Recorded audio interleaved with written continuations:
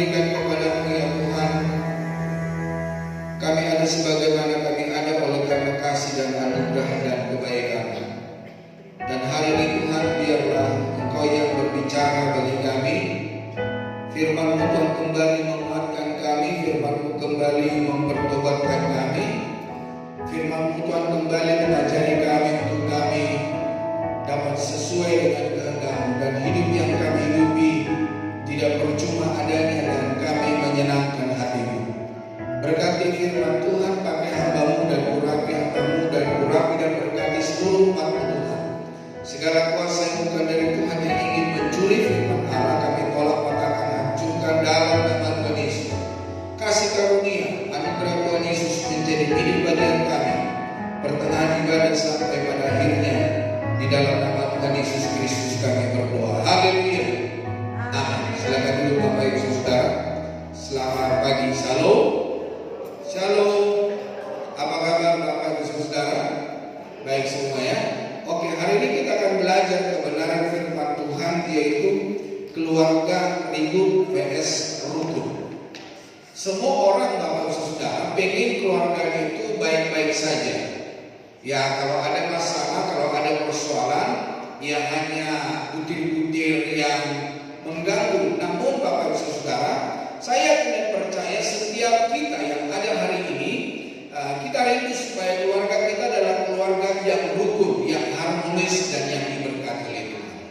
Nah, hari ini kita akan belajar kebenaran firman Tuhan di dalam Efesus pasal yang keempat. Efesus pasal yang keempat, ayat yang ke-25 sampai ayat yang ke-32.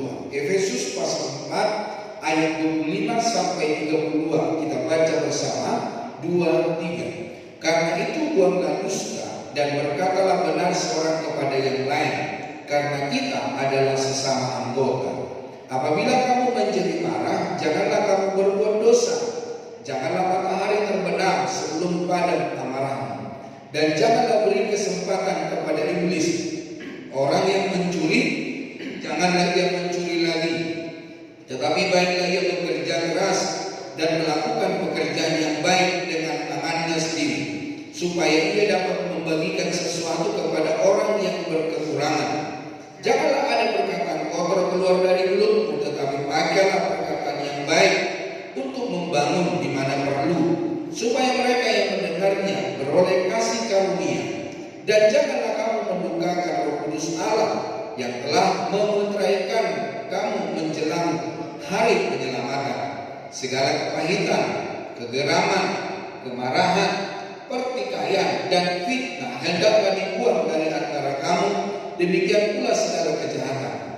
Tetapi hendaklah kamu ramah seorang terhadap yang lain, penuh kasih mesra, dan saling mengampuni, sebagaimana Allah di dalam Kristus telah mengampuni kamu. Nah, Bapak Ibu Saudara, keluarga yang rukun, yang harmonis dan bersatu tentu didambakan oleh semua orang. Namun untuk mewujudkannya tidak semudah membalikkan telapak tangan. Untuk menjadikan keluarga yang rukun bukan segampang apa yang saya sampaikan hari ini. Tetapi ada perjuangan, ada korban yang harus kita berikan. Korban perasaan, korban dari segala hal yang membuat kita untuk kita tersakiti, saudara. Nah, nats ini memberikan kita kunci membangun keluarga. Yang pertama, saudara, bagaimana kita membangun keluarga yang rukun, yang harmonis, yang diberkati oleh Tuhan. Yang pertama, saudara, yang pertama yaitu menyatakan kejujuran. Nah, di dalam ayat yang ke-25 itu tadi dikatakan bahwa ayat yang ke-25, karena itu buanglah dusta dan berkatalah benar seorang kepada yang lain, karena kita adalah sesama anggota. Jadi Bapak Ibu Saudara, firman Allah ini menegaskan supaya kita membuang dusta, supaya kita meninggalkan segala apa yang menyakiti hati Tuhan. Ayat ini menyatakan bahwa dusta adalah hal yang harus dibuang, dan sebaliknya kita harus berkata benar seorang terhadap yang lain. Saudara-saudara, kejujuran adalah prinsip moral integral dari kehidupan seorang pengikut Kristus. Kejujuran bukan hanya tentang tidak berbohong, tetapi juga tentang hidup dengan tulus, integritas, dan sesuai dengan kebenaran yang diajarkan Alkitab. Jadi bukan hanya kita meninggalkan dusta, bukan hanya kita meninggalkan bohong, saudara, tetapi kita berintegritas. Kehidupan orang Kristen adalah hidup di dalam integritas. Apa yang dibicarakan itu yang dilakukan, apa yang dilakukan itu yang dibicarakan. Jadi tidak ada penyimpangan. Kejujuran adalah perintah Tuhan. Alkitab mengajarkan bahwa Tuhan adalah sumber kebenaran dan kejujuran, adalah salah satu sifatnya. Sifatnya Tuhan, sifatnya Allah kita adalah Allah yang jujur, Allah yang tidak pernah berdusta. Berbohong dan ketidakjujuran adalah tindakan yang bertentangan dengan kehendak Tuhan. Jadi pagi hari ini, saudara, Tuhan mau supaya kita menjadi orang-orang percaya yang jujur. Kejujuran adalah identitas orang percaya. Orang Kristen seharusnya menjadikan kejujuran sebagai identitas mereka. Bukan hanya sebagai nilai moral, tetapi sebagai cerminan karakter Kristus dalam diri mereka. Adakah kita menjadi seorang yang jujur? Adakah kita pria yang jujur? Adakah kita seorang wanita yang jujur? Jujur dalam hal apa? Jujur dalam hal perkataan, jujur dalam keuangan. Seperti teman saya waktu kami di Jakarta, saudara, ketika dia gajian, gajinya nggak dibawa seluruhnya ke rumah.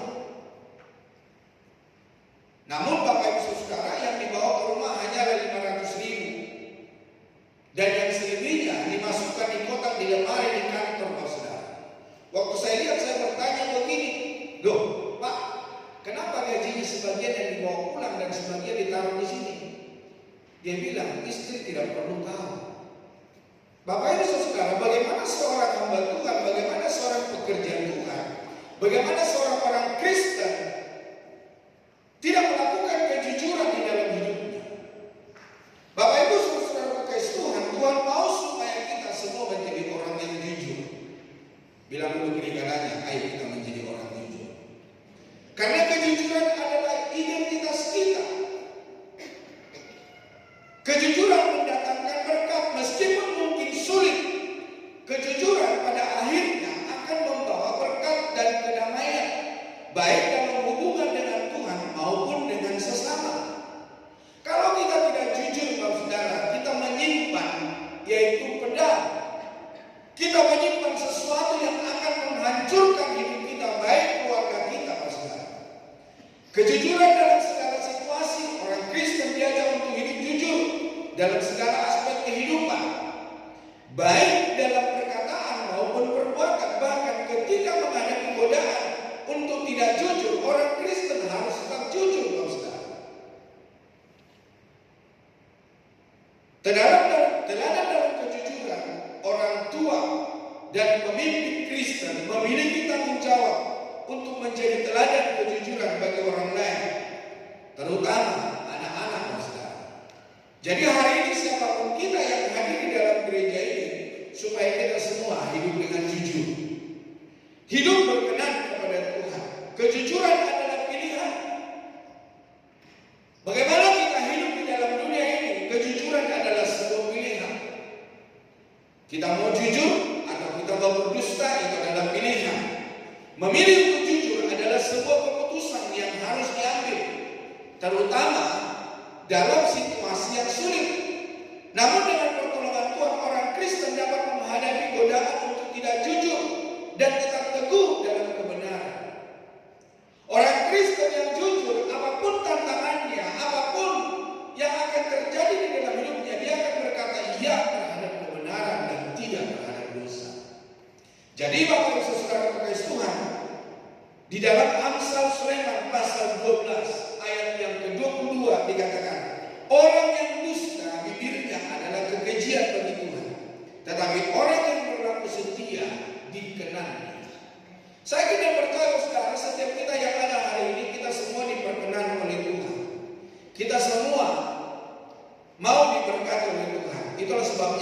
hari ini kita hidup jujur di hadapan Tuhan.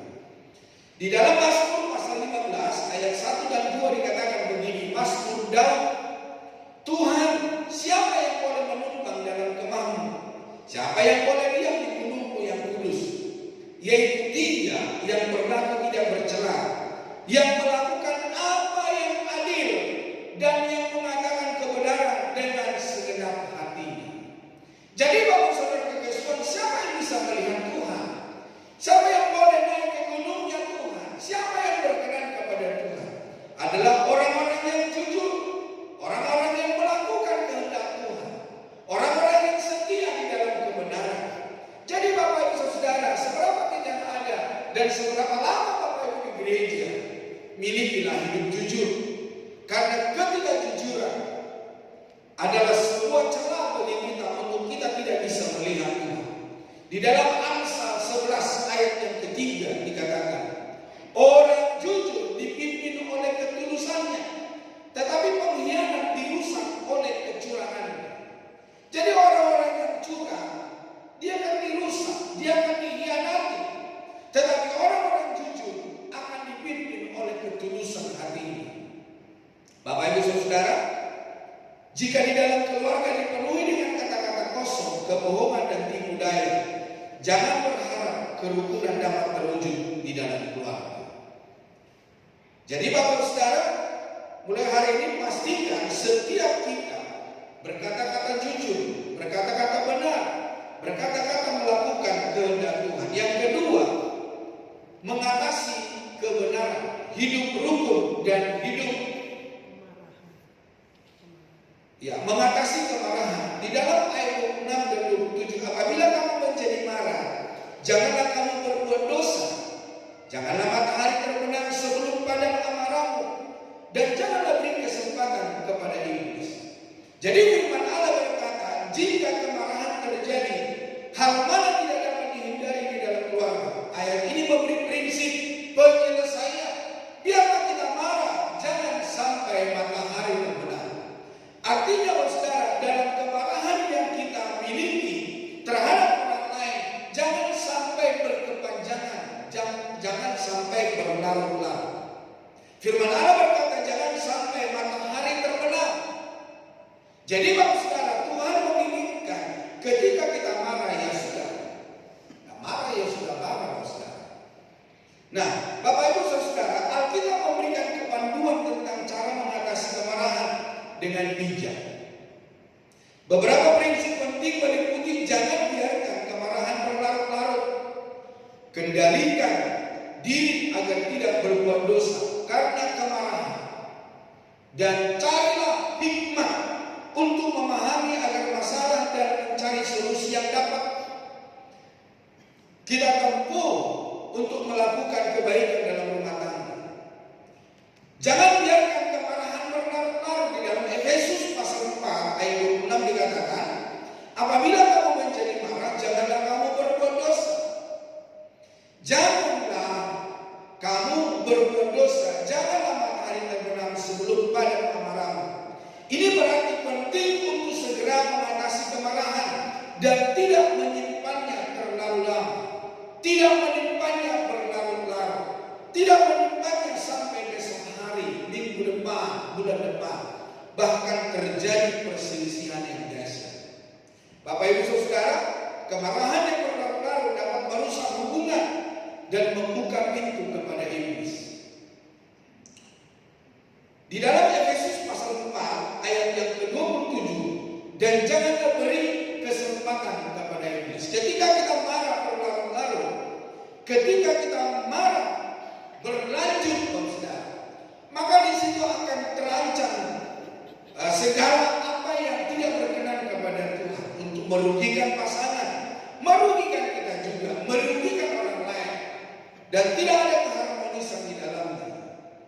Bapak Ibu, yang kedua, selain kita jangan marah, kendalikan diri agar tidak berbuat dosa. Di dalam Efesus pasal 6 ayat 26 juga mengingatkan untuk tidak berbuat dosa saat marah. Artinya kemarahan harus dikelola dengan baik sehingga tidak mengarah pada tindakan atau perkataan yang menyakiti orang lain atau melanggar kehendak Tuhan. Ya mungkin Bapak Ibu Saudara banyak melihat di sosial media. Kenapa terjadi perceraian? Kenapa terjadi pembunuhan? Kenapa terjadi hal-hal yang tidak diinginkan? Ya oleh karena kemarahan yang berlarut-larut, oleh karena kemarahan yang tidak bisa dikelola dengan baik, sehingga amarah itu jadi berbuahkan dosa. Ketika ditanya, kenapa kamu melakukan itu? Saya hilaf, saya menyesal. Ya kalau sudah terjadi, kalau saudara dibilang saya hilaf, saya menyesal. Padahal persoalan yang mereka hadapi hanyalah persoalan sedikit. Ya tidak mungkin akan terjadi perceraian, tidak mungkin akan terjadi pembunuhan, saudara. Di dalam Yakobus pasal yang pertama ayat 19 sampai 20 dikatakan, pentingnya lambat untuk marah karena amarah manusia tidak menghasilkan kebenaran di hadapan Allah. Ayat 19-20 berkata, hai saudara-saudara yang kukasihi, ingatlah hal ini, setiap orang hendaklah cepat untuk mendengar. Tuhan mau supaya kita cepat untuk mendengar tetapi lambat untuk berkata-kata dan juga lambat untuk marah. Kenapa sampai Tuhan supaya kita lambat untuk marah, cepat mendengar? Karena saudara, ketika kita tidak mendengarkan kebenaran, tidak mendengarkan yang baik, yang sesuai dengan kehendak Tuhan, maka amarahlah, maka dendamlah yang terjadi. Sebab amarah manusia tidak mengajarkan kebenaran di hadapan Allah. Jadi apapun yang Bapak Ibu perbuat, apapun Bapak Ibu yang lakukan, firman Allah berkata, amarah tidak mengerjakan kebenaran di hadapan Allah. Nah, Bapak Ibu Saudara, di dalam poin yang ketiga, carilah hikmat dan pemahaman. Amsal Sulaiman 19 ayat 11 menyatakan, pengertian seseorang membuat dia panjang sabar, dan orang itu dipuji karena memaafkan pelanggaran. Memahami agar masalah dari kemarahan dapat membantu dalam mencari solusi yang tepat dan menghindari kemarahan yang berlebihan. Mencari fakta dan mendengarkan dengan seksama sebelum bereaksi juga penting untuk menghindari kesalahpahaman yang dapat memicu kemarahan. Yang keempat, doa dan ketenangan. Biarlah kita memiliki doa dan biarlah kita tenang dalam menghadapi segala perkara. Berdoa, memohon ketenangan dan hikmat dari Tuhan dapat membantu dalam mengendalikan emosi. Setiap orang yang beremosi ketika menghadapi masalah persoalan, tentu bisa dilihat dan bisa dinilai bahwa orang-orang itu tidak berdoa dan tidak memohon anugerah Tuhan. Alkitab mengajarkan bahwa damai sejahtera dari Allah dapat mengalahkan kekhawatiran dan amarah. Di dalam Filipi pasal 4 ayat yang ke-7 dikatakan di sini, damai sejahtera Allah yang melampaui segala akal akan memelihara hati dan pikiranmu dalam Kristus Yesus. Kiranya Tuhan hari ini menjadi damai sejahtera, kiranya Tuhan hari ini menjadi penolong, dan kiranya Tuhan hari ini menjadi jawaban di dalam hidup kita, supaya kita bisa menaruh hidup kita berjalan sesuai dengan kehendak Tuhan. Yang kelima, pilihlah teman yang baik, pilihlah komunitas yang baik. Ketika Bapak Ibu membangun sebuah rumah tangga, bagaimana supaya tidak terjadi permusuhan dan terjadi kerukunan, maka pilihlah teman yang baik, komunitas yang baik. Ketika Bapak Ibu Saudara tidak memilih teman yang baik, komunitas yang baik, maka rumah tanggamu tidak akan damai, rumah tanggamu tidak akan sukacita. Karena orang-orang yang ada bersama dengan kita, ketika mereka bukan menjadi teman yang baik, bukan menjadi komunitas yang baik, mereka akan menyarankan kita untuk melakukan hal-hal yang tidak berkenan kepada Tuhan. Orang akan berkata, kamu masih muda, masih banyak wanita menunggu kamu di luar sana, masih banyak pria yang ingin mempertunangkan kamu. Namun Bapak Saudara Tuhan, kalau kita memiliki teman yang baik, komunitas yang baik, seberat apapun masalah dan persoalan yang kita hadapi, teman yang baik,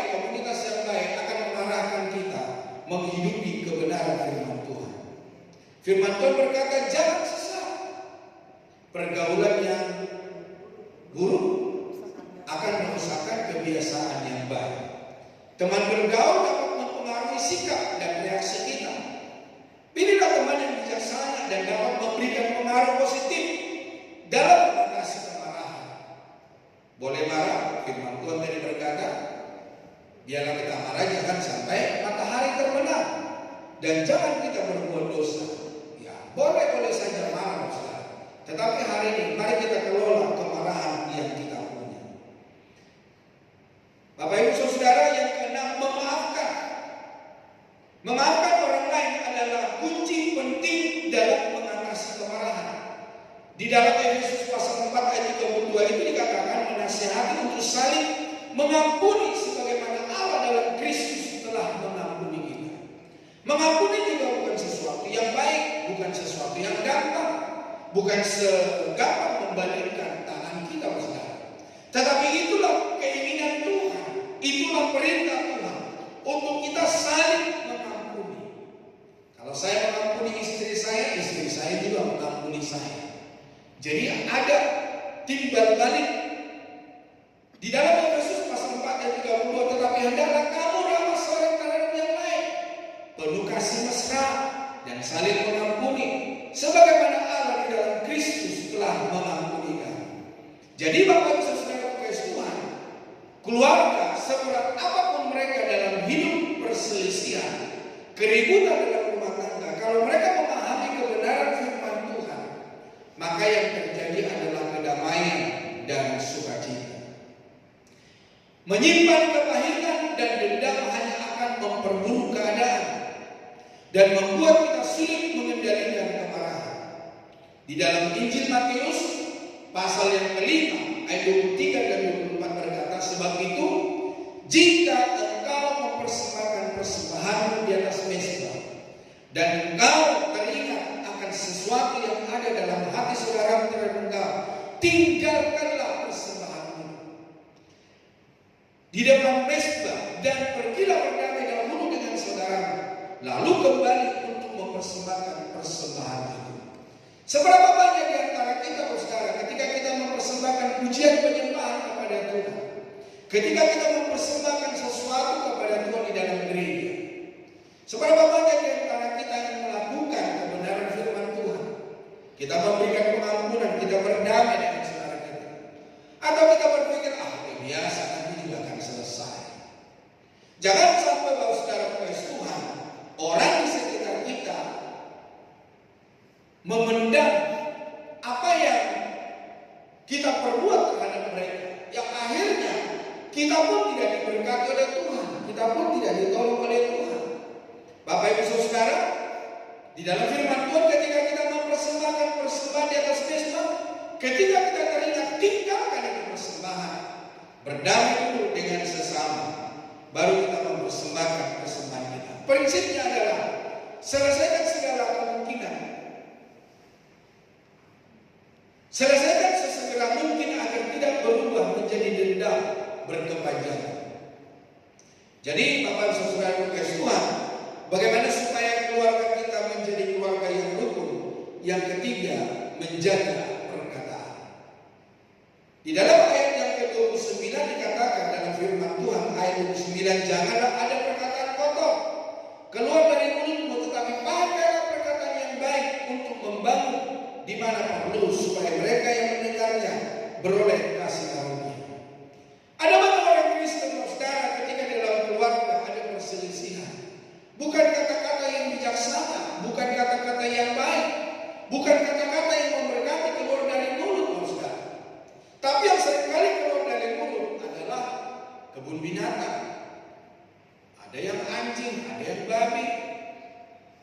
Saya tidak pernah mendengarkan ketika keluarga ribut maka bilang kecoa pulang. Yang keluar pasti anjing, pasti babi. Saya kadang-kadang bingung, bagaimana seekor babi dan seekor anjing bisa menikah dan lahirlah seperti saudara. Adakah bisa anjing dan babi menikah? Seringkali kita menyadari, saudara. Maka kita menyebut pasangan kita dengan binatang yang tidak terhormat. kita diibaratkan sebagai sumber air, bisa mengeluarkan sesuatu yang baik atau yang meracuni. Bisa mengeluarkan sesuatu yang jahat, bisa sesuatu yang bisa keluarkan untuk mematikan semangat, mematikan kehidupan mereka, perasaan mereka, yang sehingga saudara mendatangkan kerugian baik terhadap orang yang kita perkatakan kotor dan juga terhadap kita yang menyampaikannya. Nah, cara kita menjadi perkataan salah satunya adalah dengan menyadari bahwa perkataan kita akan dipertanggungjawabkan kelak dalam penghakiman. Jadi Bapak Saudara, apapun yang kita perkatakan, ya oke saja, boleh saja. Mungkin kita tidak mengkirkan perasaan orang lain, tetapi ingat, suatu saat kita akan mempertanggungjawabkan di hadapan Tuhan. Di dalam Matius 12 ayat 26 berkata, tetapi aku berkata kepadamu, setiap kata sia-sia yang diucapkan orang harus dipertanggungjawabkannya pada hari penghakiman. Jadi apapun yang kau perkatakan, apapun yang kau ucapkan, memang di dalam dunia ini tidak ada yang menghakimi engkau, paling ada orang marah Bapak. Tetapi kalau engkau akan mempertanggungjawabkan dalam penghakiman yang akan datang. Nah, ada banyak orang tidak menyadari. Pokoknya dia ngomong aja, dia bicara saja, tidak peduli orang saya yang tersakiti Bapak. Namun Bapak Ibu Saudara kekasih Tuhan, firman Allah berkata, kita akan mempertanggungjawabkan apa yang kita perkatakan kelak di hadapan Tuhan. Dalam Kolose pasal 4 ayat 6 dikatakan, hendaklah kata-katamu senantiasa penuh kasih, jangan hambar, sehingga kamu tahu bagaimana kamu harus memberi jawab kepada setiap orang. Jadi Tuhan mau saudara supaya kita berkata-kata penuh dengan kasih. Jangan perkataan yang tidak ada artinya, tetapi kata-kata yang memberkati, kata-kata yang menguatkan, kata-kata yang menghibur, kata-kata sesuatu yang membuat orang dapat berjalan sesuai dengan kehendak Tuhan, bersemangat, bersukacita. Nah, perkataan yang baik dapat membangun, membangun dan memberkati orang lain. Tetapi perkataan yang tidak baik akan merugikan, akan mematikan semangat, akan mematikan gairah. Nah, Bapak Ibu Saudara kekasih Tuhan, ada pepatah berkata, mulutmu adalah harimau. Pepatah ini mengingatkan kita bahwa kata-kata yang kita ucapkan bisa melukai atau menyembuhkan. Kata-kata yang baik itu seperti obat yang mujarab, bisa membuat orang lain merasa senang dan nyaman, bisa membuat orang lain semakin bangkit. Sebaliknya, kata-kata yang buruk itu seperti racun yang bisa merusak hubungan kita dengan orang lain. Kata-kata yang buruk itu, kata-kata yang menghakimi, membunuh dan membinasakan. Jadi Bapak Saudara kekasih Tuhan, apa yang kita perkatakan kemarin? Apa yang kita perkatakan tadi pagi? Apa yang kita katakan seminggu yang lalu, sebulan yang lalu? Hendaknya kita semua menyadari apa yang kita ucapkan supaya perkataan kita dapat kelola dan perkataan kita sungguh memberkati banyak orang. Firman Tuhan hari ini mengingatkan kita agar berhati-hati dengan mulut dan ucapan kita. Karena kekuatan dari perkataan sangat luar biasa. Apalagi kita sebagai anak-anak Tuhan harus bisa menjadi teladan bagi orang-orang di luar Tuhan, termasuk dalam ucapan mulut kita. Di dalam 1 Timotius 4 ayat 12 berkata, jadilah teladan bagi orang-orang percaya dalam perkataanmu, dalam tingkah lakumu, dalam kasihmu, dalam kesetiaanmu, dan dalam kesucianmu. Tuhan mau supaya kita memberikan teladan untuk siapa? Orang-orang percaya. Dalam apa? Dalam kepercayaan perkataan kita, tingkah laku kita. Bagaimana dengan kita di rumah? Bagaimana kita dalam pekerjaan? Sudahkah kita memberikan teladan dari perkataan kita? Sudahkah kita memberikan teladan dari tingkah laku kita? Sudahkah kita memberikan teladan dari kasih, kesetiaan, kesucian kita? Atau adakah kita melakukan segala sesuatu menurut kehendak dan kemauan kita? Dan hari ini saudara, bertobatlah dan kembali kepada Karena Tuhan mencintai dan Tuhan mengasihi kita semua. Bapak Ibu Saudara, banyak orang Kristen yang ketika berada di luar gereja tidak bisa menguasai mulutnya. Masih suka mengumpat, berkata-kata kasar, berkata-kata jorok, membicarakan kelemahan, kekurangan orang lain, digosok semakin mantap, masih semakin sip, saudara. Semakin mengata-ngatai, semakin asik. Dalam Amsal 22 ayat 19 dikatakan, siapa mengumpat membuka rahasia. Sebab itu janganlah engkau bergaul dengan orang yang bocor mulutnya. Bocor.com.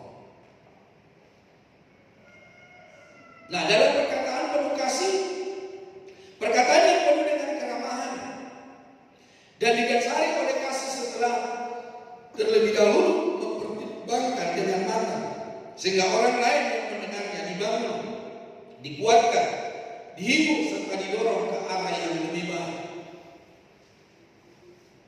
Karena itu janganlah ada perkataan kotor keluar dari mulutmu, tetapi pakailah perkataan yang baik untuk membangun di mana perlu, supaya mereka yang mendengarnya beroleh kasih karunia. Efesus pasal 4 ayat 29. Jadi Bapak Saudara berkasih Tuhan, perkataan kita sangat penting untuk memperkatakan hal-hal yang baik, hal-hal yang berkenan, hal-hal yang menguatkan dan menghibur.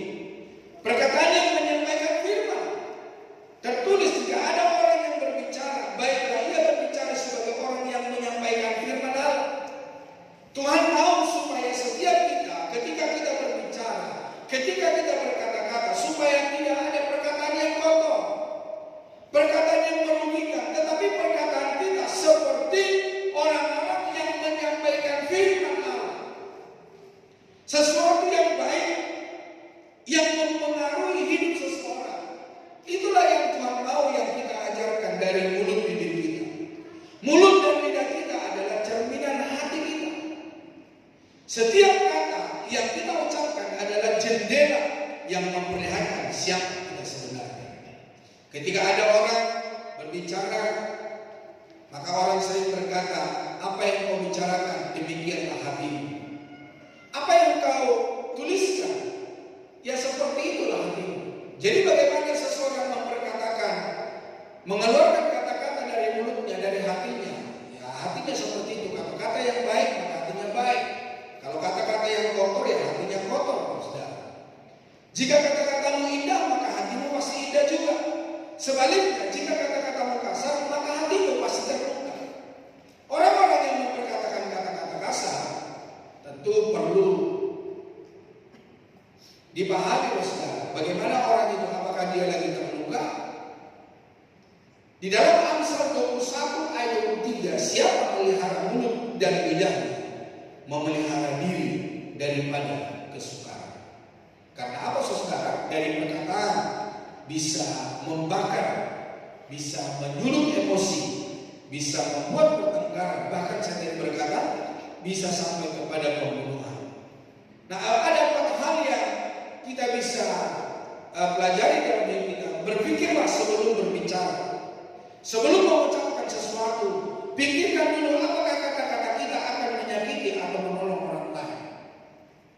Makanya seringkali saya berkata ketika kita mau ngomong bahasa Inggris, karena kita belum paham betul bahasa Inggris, kita mikir-mikir dulu ngomong apa ya, kata-kata apa yang saya keluarkan, baru kita bicarakan. Tetapi orang Indonesia ngomong dulu baru mikir, yang artinya sudah menyakiti hati orang, sudah menyinggung perasaan orang, baru berpikir, waduh, saya salah. Berbicara dengan sopan dan baik kepada teman, terlebih kepada yang lebih tua dari kita. Ucapkanlah kata-kata yang baik, bukan kata-kata yang kotor atau umpatan. Sehingga saudara, setiap kata-kata kita sungguh menyenangkan hati Tuhan dan memberkati banyak orang. Dan yang keempat, meminta maaf jika kita salah.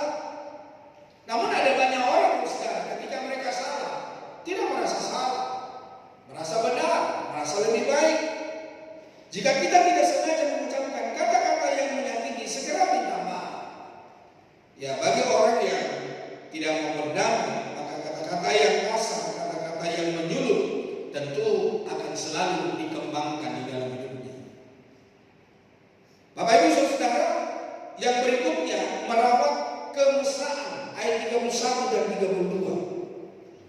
Dikatakan segala kepahitan, kegeraman, kemarahan, pertikaian dan fitnah hendaklah dibuang dari antara kamu, demikian pula segala kejahatan.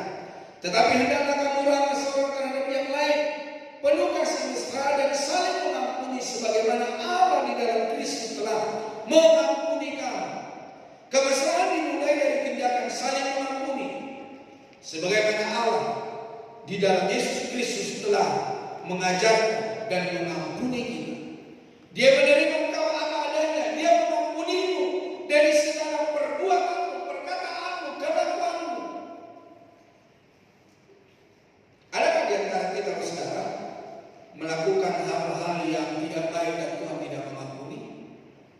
Seberapa kotor kita minggu yang lalu, tahun yang lalu sebelum kita terima Tuhan Yesus? Atau seberapa kotor kita setelah kita terima Tuhan Yesus? Adakah kita mengucapkan kata-kata kotor? Kata-kata yang sembrono, kata-kata yang menyakiti, merugikan. Merawat kemesraan dalam hubungan Kristen membutuhkan komitmen kasih dan tindakan nyata. Ini melibatkan membangun hubungan yang kuat dengan Tuhan dan sesama, serta mempraktikkan kasih, pengampunan, dan kerendahan hati dalam kehidupan sehari-hari.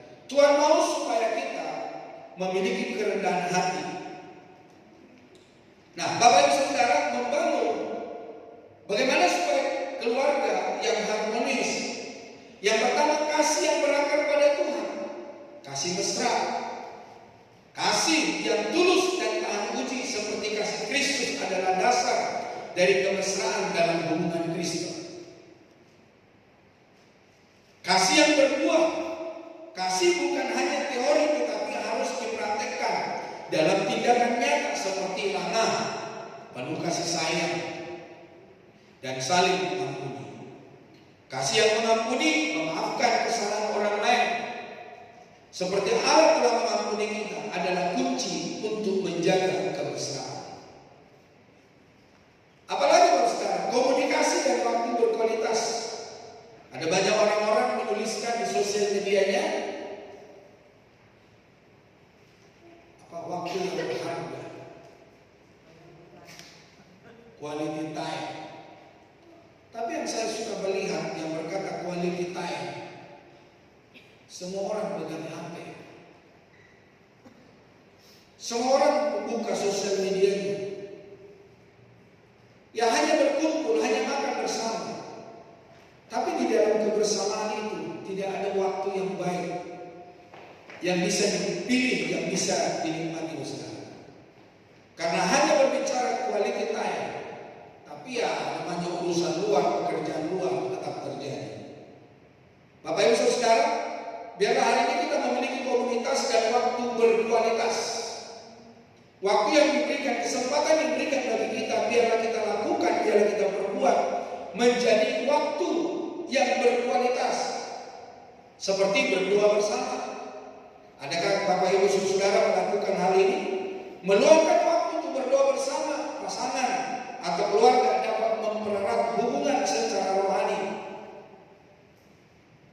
Komunitas terbuka, membangun komunikasi yang jujur, terbuka tentang perasaan dan kebutuhan masing-masing. Ada orang berdiam, ada orang tidak mampu untuk mengatakan apa yang harus dia berkatakan kepada orang-orang yang di sekitarnya.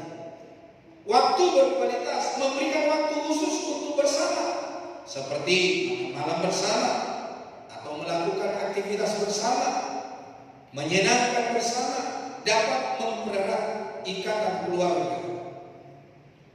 Menghadapi tantangan bersama, percaya pada pemeliharaan Tuhan, menyerahkan kekhawatiran dan beban hidup kepada Tuhan karena Dia peduli dan memelihara kita.